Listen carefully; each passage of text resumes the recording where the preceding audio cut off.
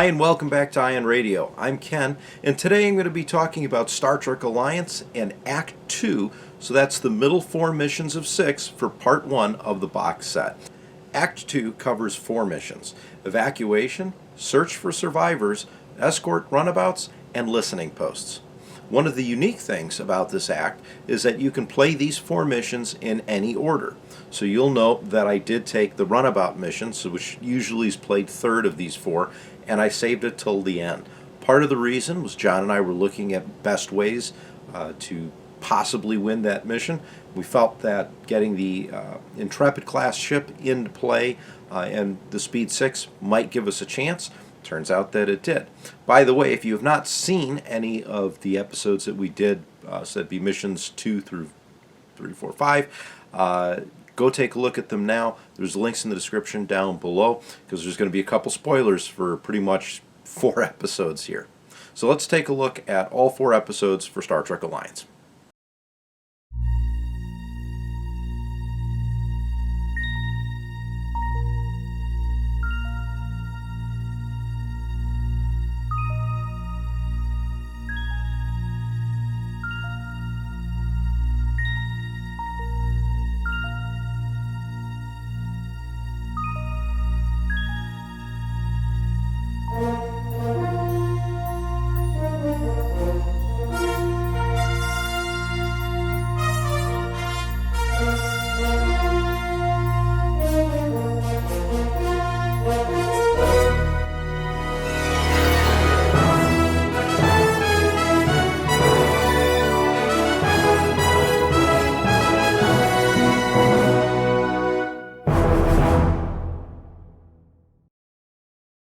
So let's start with the first mission, evacuation. As you can see on the screen, you have the planet in the middle, Federation forces start at the bottom, and there's going to be 4 survey teams on the planet. Special rules for this episode: start the mission with 4 survey teams. It's the number of players plus 1. We have 3 ships, hence 4. To beam a survey team up at the end of the activation phase, any ship within range 1 of the planet can spend 1 or more scan tokens, and then for each token spent, a survey team is beamed up onto the ship. To rescue a survey team, ships that are carrying them must make it off the Federation edge of the map. Now, to win this mission, we need to get half, so that's going to be 2 of the survey teams off of the planet and out of this sector of space. We geared the Excelsior with the Science Officer, which grants it an action to get 2 sensor tokens, and then that way we can bring 2 teams up in one turn and then the other 2 teams up in the second turn. Move around and then get out of there as quickly as possible, saving those teams. That'll at least hit the win condition and get us an XP. If we could get that bonus XP by taking all 4, hence again the Science Officer. At the start of turn 4 was the first set of reinforcements. At this point, I had already gotten all of the survey teams onto the Excelsior, and now it was a race of getting that ship off the board before it's destroyed. At this point, if the Excelsior is destroyed, we lose everything. Having destroyed the one Dominion ship that posed a threat to the Excelsior, that wound up being an easy thing for me to run away with. Excelsior is now completely out of range of everything, and now it's a matter of can I get the Nova and the Akira ships out of the sector and maintain at least getting 1 XP point, because right now I'm geared to get 2. In turn 6, an elite bug ship shows up in Vector 6, putting it right next to the Excelsior. Fortunately for me, the Excelsior had just enough range to be able to warp out of the sector, thus winning the mission. So I was going to guarantee myself 2 experience points for the Excelsior, and I can get 2 if I can keep the Nova and the Akira class ships, get them off the board, then they'd get 2 XP points. If they're destroyed, they're only going to get 1. By the end of round 8, I was able to get all my ships off the board and successfully warp out of the sector. Since again all survey teams were evacuated, each captain was awarded 2 experience points. Couple points in the second mission. First of all, I got lucky with placement of the one reinforcement set that came in on turn 4. If it would have come down in that 6th vector, it would have been able to come up and really attack the Excelsior easily, and then that could have posed a problem. I may have lost the entire mission. I had some killer dice rolls in terms of defense, specifically with the Mandel, the Nova class ship, which kept it alive.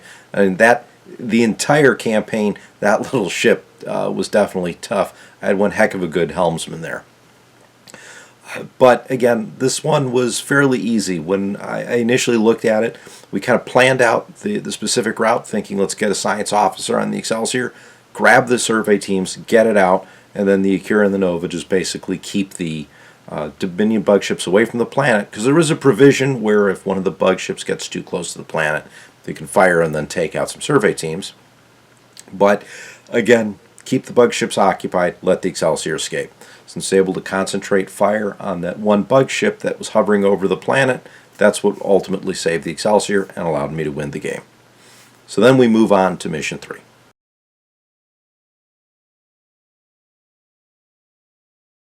So now we move into the next mission, which is Search for Survivors.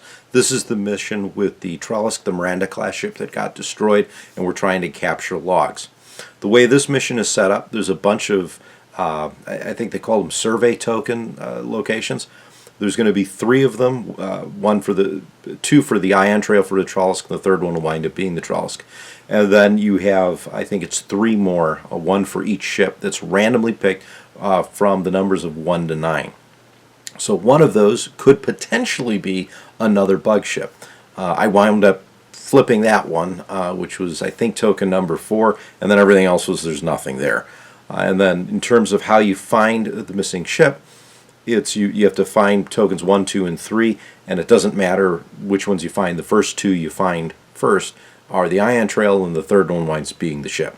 So if you look at the map, my goal was to go in, try and get the one closest to my edge, so the lowest edge, sweep up to gather the ones up on the top. Hopefully I could find 1 or 2 of the tokens, and then move back and getting the Trollisk in the center. Completely wound up having to change my plans as soon as ships started to appear. This is a mission where I get my ships out on the table. There's no Dominion ships at all until turn 2. And they wound up showing up and then coming into different locations. Their goal, the first wing is, with 2 ships, is to search for the Trollisk. So they're looking for what's the closest token. They're going to get to it, scan it, and then the ship could possibly show up early. One thing I did do with this episode was have a little bit of fun with the intro. Did a little bit more with the Deep Space Nine model, got some of the ships out there. Just kind of having a little bit of fun. That was, for me, it was an enjoyable thing. I hope you guys got to enjoy that opening sequence as well.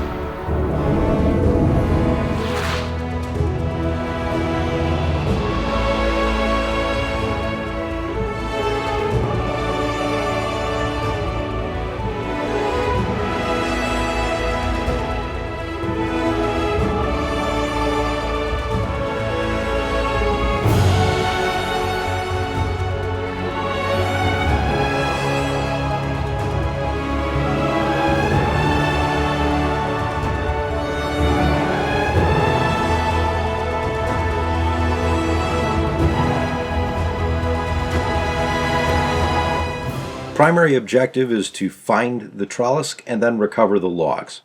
Both objectives need to be completed or the mission's considered a failure. If I find it, I get 1 XP per captain. If I recover the logs, I gain an additional XP. Dominion ships came in at vectors 1 and 6, so literally flanking me. And at this stage, I figured I'm going to have to make some changes in terms of what is the right way to go about collecting these and keeping the Dominion ships away. The 2 on the bottom left there are the ones that are going to be searching tokens. The one on the right is intentionally looking to, what's the closest starship? Blow it up.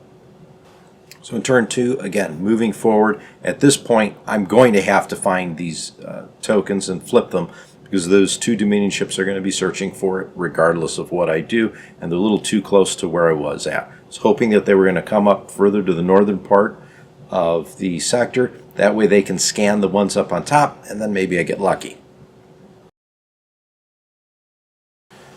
Turn 3, here's where I started getting, again, a little bit more lucky.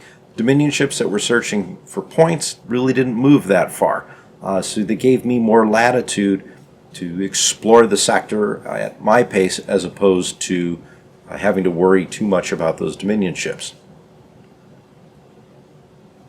I was able to get the Akira and the Nova at close range of all 3 points, and in this particular episode I did equip the Mandel with Science Officer. Figured this one's going to have an easier time to quick get to where I needed to go, grab the logs and go, and allow the 2 bigger ships to fight Dominion forces. With the Nova able to grab the 2 tokens, I figured let's start with the Akira first. It's either going to be a blank or it's going to be one of the missing ion trails. Unfortunately, I flipped that token and it wound up being an attack ship. And that is not exactly the best situation for me, because, I now have 2 Dominion ships bearing down on the Akira, and here's another one directly in front of it at range 1. Worth noting, it also pops up as an elite ship. And then this was the one that pops up if there's no battle stations token. I can convert 1 battle station's symbol on a die to an evade. This is for the defensive one. So this is going to be a harder one to kill as well. The next 2, obviously, were the Ion Trail and the Trollisk itself, so the ship was found, battle ensued, and the Akira took a little bit of a pounding. Then we move on to turn 4. One of the nifty things that did happen in this turn, I got to use the torpedo out of the rear of the Excelsior and had a pretty good hit against that bug ship down the way. Another advantage with the incoming Dominion ships, because they were kind of colliding a lot, they didn't get the battle stations tokens placed on them, which I believe saved the Akira from destruction. So a lot of battle stations that were rolled and nothing came up. The Nova ship, the Mandel, wasn't as lucky, took a lot of shield damage, and as soon as we found the Trollisk, the shields were down, and I'm down to 3 hull points. So I'm already curious to see, can I get the Mandel out without it being destroyed. So first turn I was able to get in there, and I was able to get 33% of the captain's logs downloaded. There are 3 tokens on the Trollisk, so every time at the end of the combat round, any Federation ship within range 1 of the Miranda is able to take 1 mission log with it. I have to get all the mission logs out of the sector to be successful. Turn 5, I got 2 new elite attack ships that showed up, and they came in at Vector 6. This is going to put a little damper on my plans, because that is the direction that I wanted to move the Nova out. The Mandel needs to go through those 2 new elite attack ships to be able to escape and keep the logs. During combat of this round, I did take out the 1 bug ship that was closest to the Miranda. Again, the idea being I need to recover those logs, and I did not want to give the Dominion an opportunity to destroy it. By the end of turn 5, both the Akira had 1 of the logs, and then the Nova had the other 2. So it was essential to get those 2 ships out, with bug ships on the left side of the map and 2 coming up on the right side, looking right at my Federation ships. I made a conscious decision here to sacrifice the repulse, moving it right into the Viper's den, so to speak, to allow the other 2 ships to escape. So right now, all the ships are focusing on the closest ship, Federation ship, to be able to use as their target. So hopefully, if I can get the Excelsior through it, might be able to save it, but you're going to see that that was not a real possibility. When we get into turn 7, I effectively lucked out, moving a lot of my ships, both the Akira and the Nova, were able to bypass the elite ships, with only a handful of shots being able to be fired at them. Everything else pretty much targeted the Excelsior. My hope was to be able to take a few of those ships out, give the Excelsior a fighting chance. I was only really able to get 1 of them. And then the sheer amount of firepower that came in was incredible. A lot of the attack ships were left on 1 or 2 hull points. The Excelsior, on the other hand, was just beaten down pretty hard. At the end of turn 8, it was pretty clear I was going to be able to remove my ships and escape from the board, leaving the remaining attack ships kind of in a spot where they can't do anything. So this was a successful mission for us, and again, we sacrificed the Excelsior.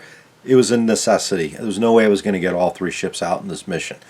I needed to get those captain logs to be able to get the experience points to grant me an opportunity for the runabout mission. Again, primarily focusing on increasing captain skill on the Cazares captain to be able to move to an Intrepid class ship.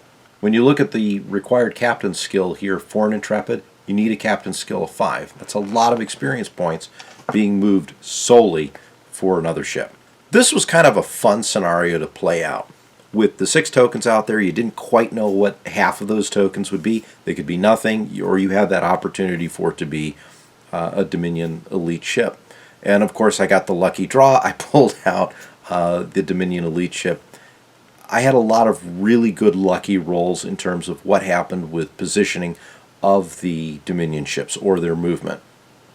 I think in the case of where the tokens were placed, that was probably the best spot for me to find the Trollisk. And when I had the opportunity to pick the center or the right-hand side, I went for the center first, knowing that had to be the second ion trail, and then go for the one in the corner, because that was furthest away from all the other attack ships. That was going to be my best chance for picking up all the captain's log tokens. Again, needed to do that to get the experience. When you look at what I wound up rolling for attack defense dice, specifically the attack dice for the Dominion ships and then the defense dice for the Federation Task Force, it's amazing how many evades I was able to roll and pull out. And a lot of hits for the Dominion ships, but then also a lot of battle stations rolls without a battle stations token available. So luck of the dice. In some cases, this is not too dissimilar from how I usually play with John, where he leaves things on 1 health. And it kind of just happened that way. Anyways, a couple different things happened with the commanders. We increased some of the experience points. So the Excelsior, again, only getting 1 experience point because it was destroyed. That went to an elite talent. The Akira ship wound up getting additional captain skills, moving from 3 to 4. So now it's playing on par with the elite ships, although the Dominion ships do have the initiative for the entire campaign. And then the Nova, we got a talent and then increased its officer, the crew statistic, from 3 to 4. Doing that for a couple different reasons. You'll see why. For Mission 4, I opted to go out of order. Instead of escort the runabouts, I went into listening post. Part of the reason is escort the runabouts, when we played through this once, kind of making sure that we understood how we play the game and get the rules right with the Dominion ships and the AI. This was the one that was the hardest to do. Random dice rolls could potentially have an impact, so we wanted to make sure that we had some tools available to better potentially put ourselves in a position to win that mission. So instead, we went with the listening post mission. So let's take a look at that one. So the objective here for listening posts is to ensure that all the listening posts are intact at the end of 10 rounds. At least 1 listening post must survive or the mission is considered a failure. The experience points are gained if both are intact. I gain 1 experience point, and for each listening post that has 5 or more hull, there's an additional 1 experience point. So a possibility to gain 3 points here, but a higher probability that I'm only going to gain 2. This is one of the more unique scenarios in that the Federation edges are on the left and bottom side of the map, so there's more routes for me to escape. However, if I can clear out all the Dominion ships, game's pretty much over and I don't need to evade. So let's take a little bit look at the map. So at the beginning of the game, there is a single elite attack ship coming in from Vector 5. There will be reinforcements in rounds 2, 4, 5, and 7.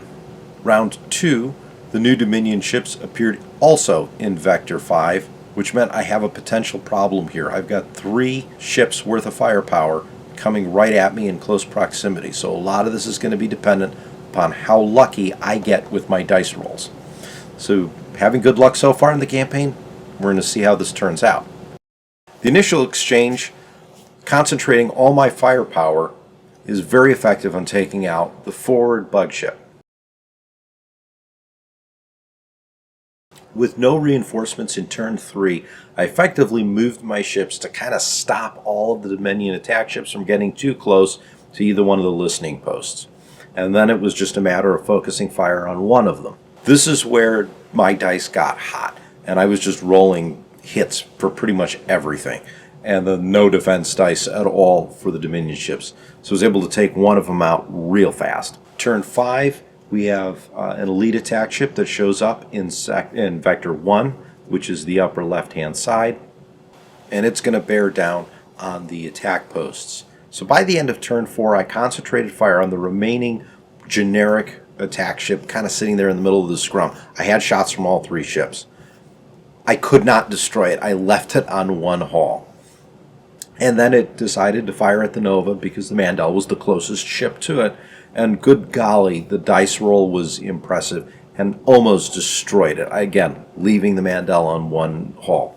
This is where it got a little scary almost in terms of what am I going to really do. Excelsior had a chance to do something, but I wasn't sure it could actually make it in time to be able to intercept the incoming Dominion attack ships. We're already at long range. So let's see what happens in turn 5. New bug ship shows up at Vector 4, coming in relatively close to the Excelsior. I did a K-turn with the Akira, putting myself into a position where I could hopefully take out that last bug ship. Attack ships fired at listening posts. I did take out the generic bug ship. Some exchange between the Excelsior and that brand new attack ship. Repulse losing a lot of its shields. This is where having the change to using the operations officer on the Mandel wound up working out remarkably well for me. Crew was able to get me one more shield each round. That's one more hit that the Mandel required to destroy it. So you're going to see this come up for the next few turns, which pretty much saves it from being destroyed. Turn 6 was my reprieve with no new attack ships coming in. And I was able to maneuver my ships to be able to start getting into position for a new firing solution. The Akira is the only thing with a shot on the elite bug ship closest to the listening post. Again, I got remarkably lucky with dice rolls. Listening post was remaining on one haul. Oddly enough, the shot from the Akira into that bug ship also leaving it on one haul.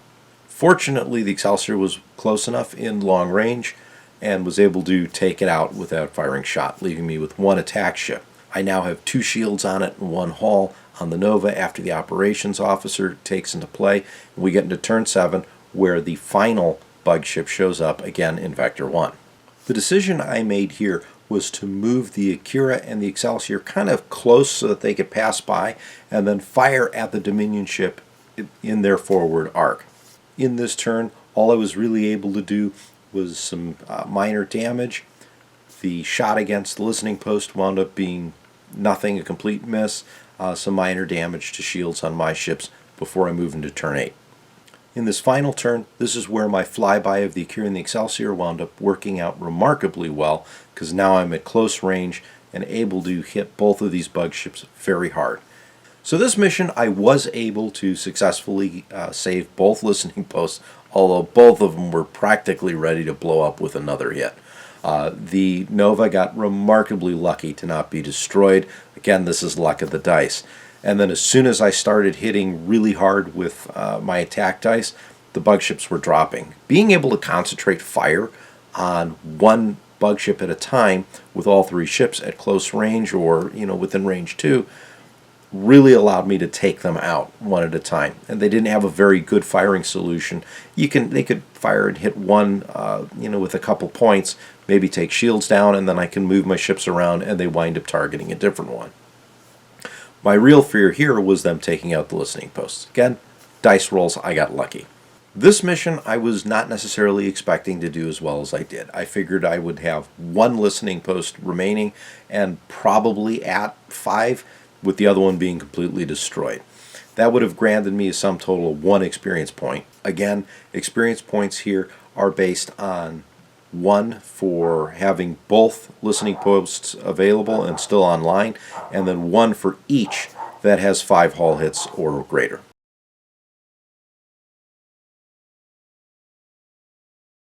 This now leads me into the final mission of Act 2, which is escort the runabouts. Because I've got 3 ships, there are 2 runabouts out on the table, and they're going to be positioned up in the northern section of the sector as we show you here on the map now. For this mission, the objective is to escort the runabouts and protect them, and I need to have at least one escape or the mission is considered a failure. For each runabout that retreats, I'll score 1 experience point, so a possibility for 2 here. Now the runabouts are limited in terms of their capability. They can't fire, they have a defense of 2, and they can only move at speed 1 or 2 at the beginning of each turn. The one thing that could help me is that after runabout moves, it gains an evade token. However, there are 3 Dominion ships on the board at the beginning of the game. When we look at the map, there is 1 in bearing 3 and 2 in bearing 5. I intentionally opted to put the Intrepid on the left-hand side of the map to move as quickly as it can towards that sole ship that's going to be bearing down on one of the runabouts.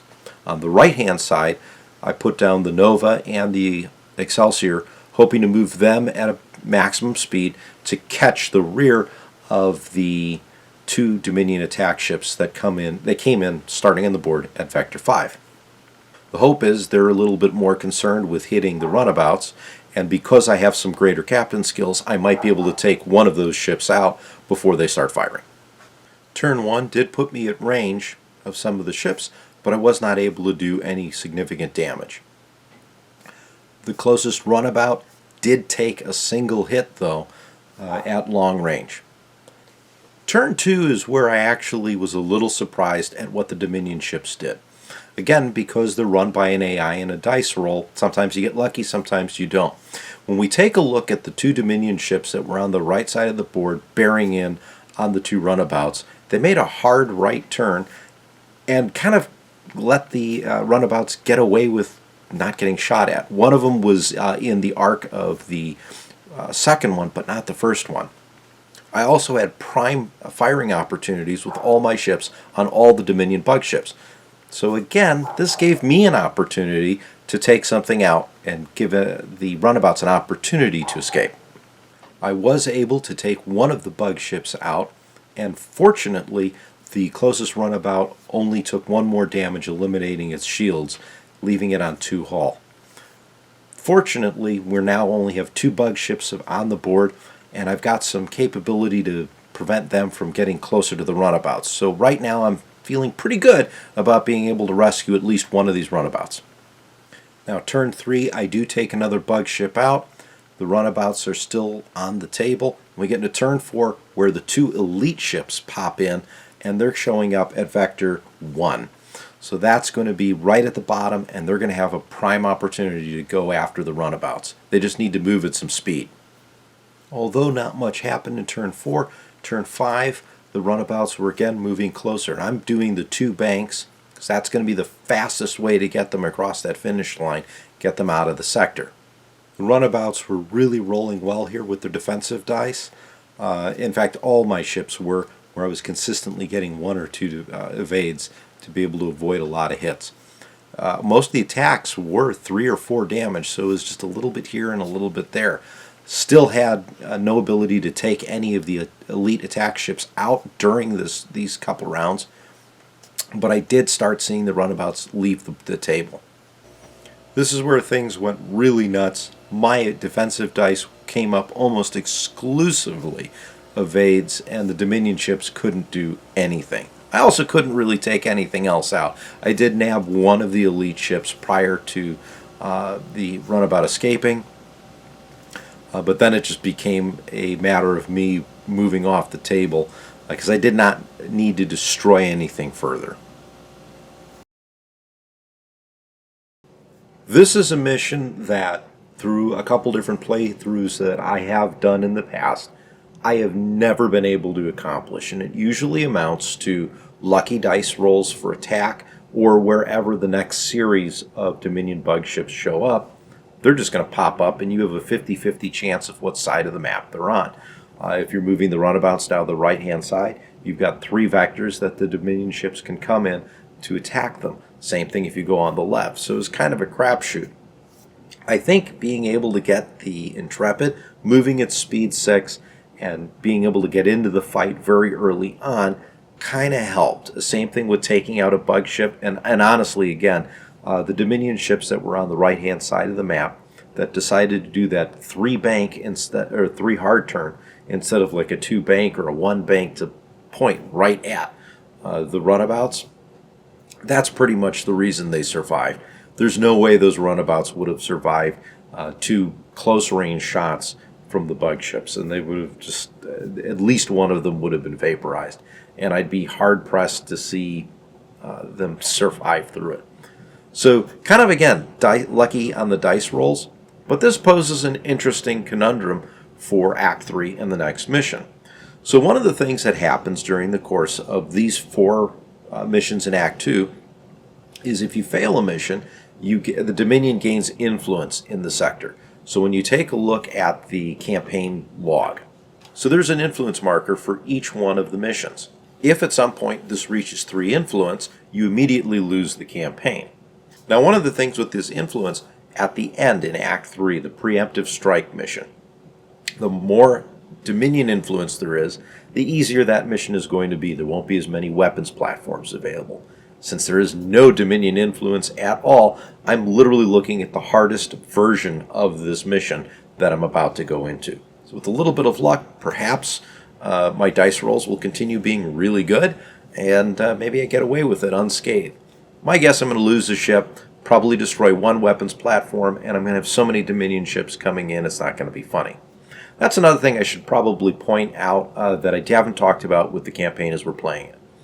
According to the campaign rules, if you have a box or 2, you use the ships that you have available. And if you run out of Dominion bug ships to put out onto the table, you can remove the one that I think is most damaged or oldest, and then you replace it with the new one that comes into play. I am intentionally putting more bug ships out, so nothing is ever being removed until it's destroyed. So making it a little bit more difficult for myself. But for whatever reason, the dice gods are with me, and I'm doing fairly well here.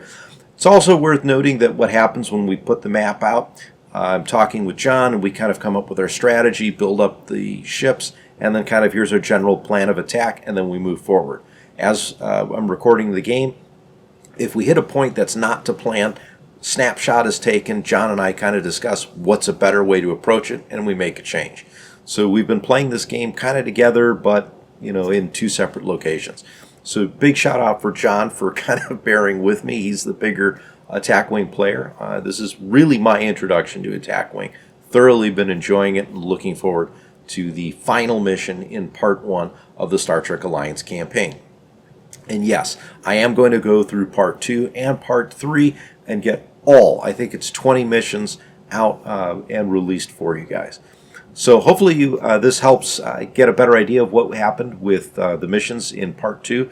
And then starting with the next episode, I'll do an intro, get into the episode, and then do an after-action report at the end to kind of cover what happened, what I think, and then everything else that's important in terms of what you may need to know. So with all that said, just want to say thank you so much for watching, and until next time, I'm Ken, and you're watching Ion Radio.